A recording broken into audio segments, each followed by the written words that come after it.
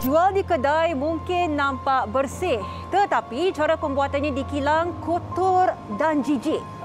Itu yang dapat digambarkan wartawan 999 Tun Hizami Hashim ketika menyertai serbuan bersama Jabatan Kesihatan Negeri Pulau Pinang ke atas sebuah kilang pembuatan tahu baru-baru ini.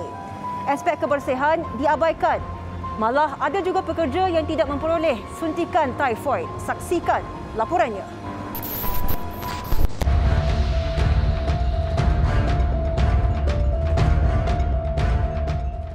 Abang buat kerja tak pakai sarung tangan tak? Ada. Ada barang sarung tangan? Ini ada. Kenapa tak pakai hari ini? Mau pakai? Hari tak pakai pun tadi? Ini kalau pakai ininya susah itu. Ininya. Ini habis lagi, masuk lagi. Sebab susah tak pakai lah. Ini macam tak boleh ini macam ini salah. Licin lah. Susah. Kita kena buka lah. Lagi. Pakai tangan tak kotor kan? Kotor? Kotor. Tangan kotor lah. Kotor sikit-sikit ya. Itu pengakuan seorang pekerja kilang memproses tahu yang jelas mengabaikan aspek kebersihan sekaligus gagal mematuhi peraturan-peraturan kebersihan makanan 2009.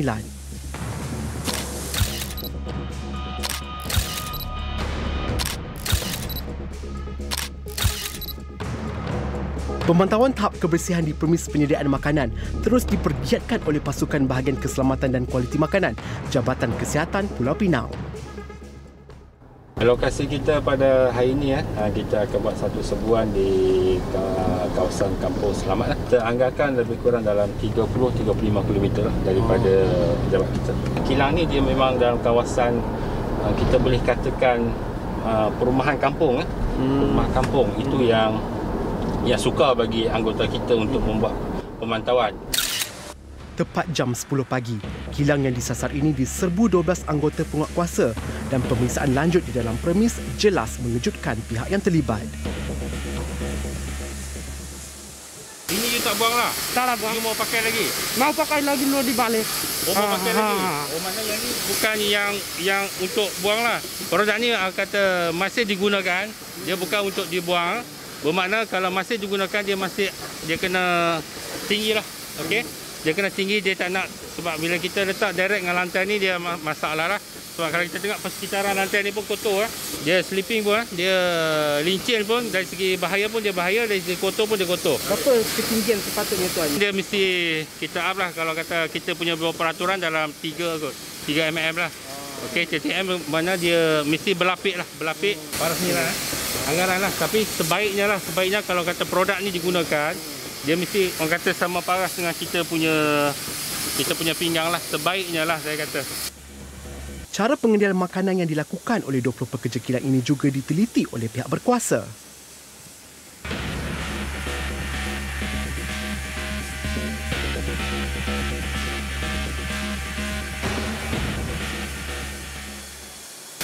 Selain pada lantai kilang yang kotor, kira-kira 20 pekerja premis ini turut didapati tidak menggunakan sarung tangan ketika proses membuat dan juga membungkus makanan yang dikhawatiri boleh menyebabkan kehadiran bakteria sekaligus memberi kesan buruk kepada kesihatan pengguna.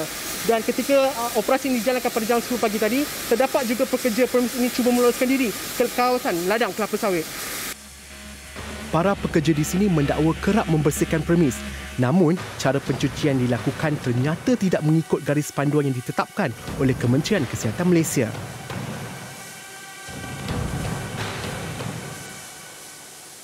Kain ini dibasuh di sini, direndam. Bila direndam, dia menggunakan air statik.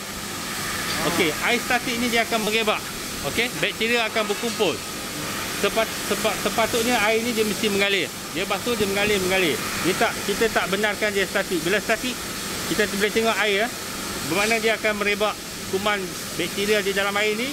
Dia sama je proses dia. Dia akan guna gilas, dia akan dibalik. Itu yang akan menyebabkan pencemaran makanan.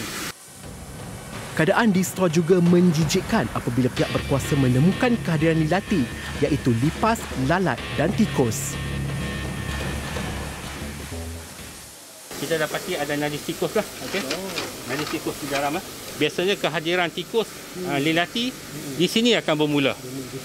Dia akan bermula di sini. Bermakna bila proses di sini kita dah tak jaga dengan rapi, dia akan merebak ke tempat pemprosesan. Dari segi kita tengok penyimpanan pun ada yang benda-benda tak terpakai pun masih disimpan.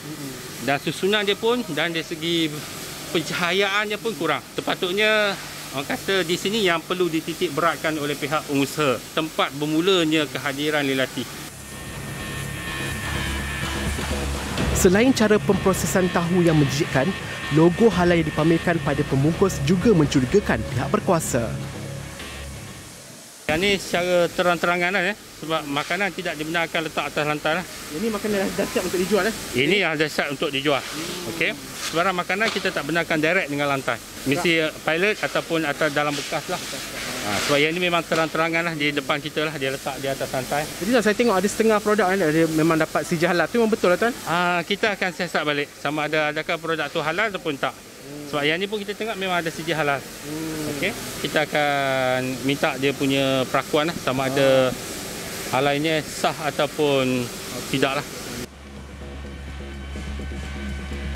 Pemilik kilang ini turut disiasat kerana 10 pekerjanya didapati tidak diberikan suntikan typhoid yang boleh mengundang kehadiran bakteria Salmonella typhi sekaligus menyebabkan penyakit demam kepialu. Saya panggil itu Doktor Malila, tolong sikit. Sekarang ni baru you nak ambil tindakan. Selepas you dah beroperasi, banyak orang dah makan semua produk you. Kalau dia orang ada typhoid, pekerja you, sebab you kena pekerja asing kan. Habis seluruh Malaysia semua kena yang makan you punya produk. Saya minta maaf, saya buat baik. Sebab sekarang MCO mah, dulu tu doktor minta maaf masuk cucuk. Ekoran itu, pemilik kilang ini dikenakan tindakan di bawah Seksyen 11 Akta Makanan 1983 bagi melakukan kerja-kerja pembersihan. Hari ini, kita akan tutup selama 14 hari. 14 hari. Tetapi you boleh buat permohonan dalam masa lepas 3 hari. Kiranya kita datang semula selepas permohonan tu, kita berpuas hati, kita mungkin akan beri kebenaran lah. Tetapi kalau masih tak patuh setiap yang teguran tu, kita akan lanjut terus. Maksimum 14 hari. Make sure sebelum you buat permohonan, semua you dah clear. Apa yang kita tegur, semua you dah buat. You clear? You faham ? Kalau you koyak kita punya notis, ataupun you engkar, you buka premis, kita akan charge you di mahkamah. You clear? Menurut Ketua Bahagian Keselamatan dan Kualiti Makanan Jabatan Kesihatan Pulau Pinang, Muhammad Wazir Khalid, kilang yang beroperasi selama 10 tahun ini telah 2 kali diserbu oleh pihaknya, namun masih melakukan kesalahan yang sama. 3 kompaun yang kita keluarkan di bawah PPKM dan juga yang bernilai hampir 3,500. Kita lihat persekitaran hadapan bersih, tetapi di bahagian belakang ataupun dalam kotor, itu yang memang sukar bagi orang awam. So tanggungjawab kami iaitu yang dipertanggungjawabkan cawangan penguatkuasaan di bahagian BKKM untuk memastikan semua industri ataupun pengendali pengusaha makanan mementingkan tahap kebersihan yang maksimum. Itu yang dapat kita bantu masyarakat lah. Operasi tamat pada jam 2 petang. Laporan Tun Hizami Hashim, 999.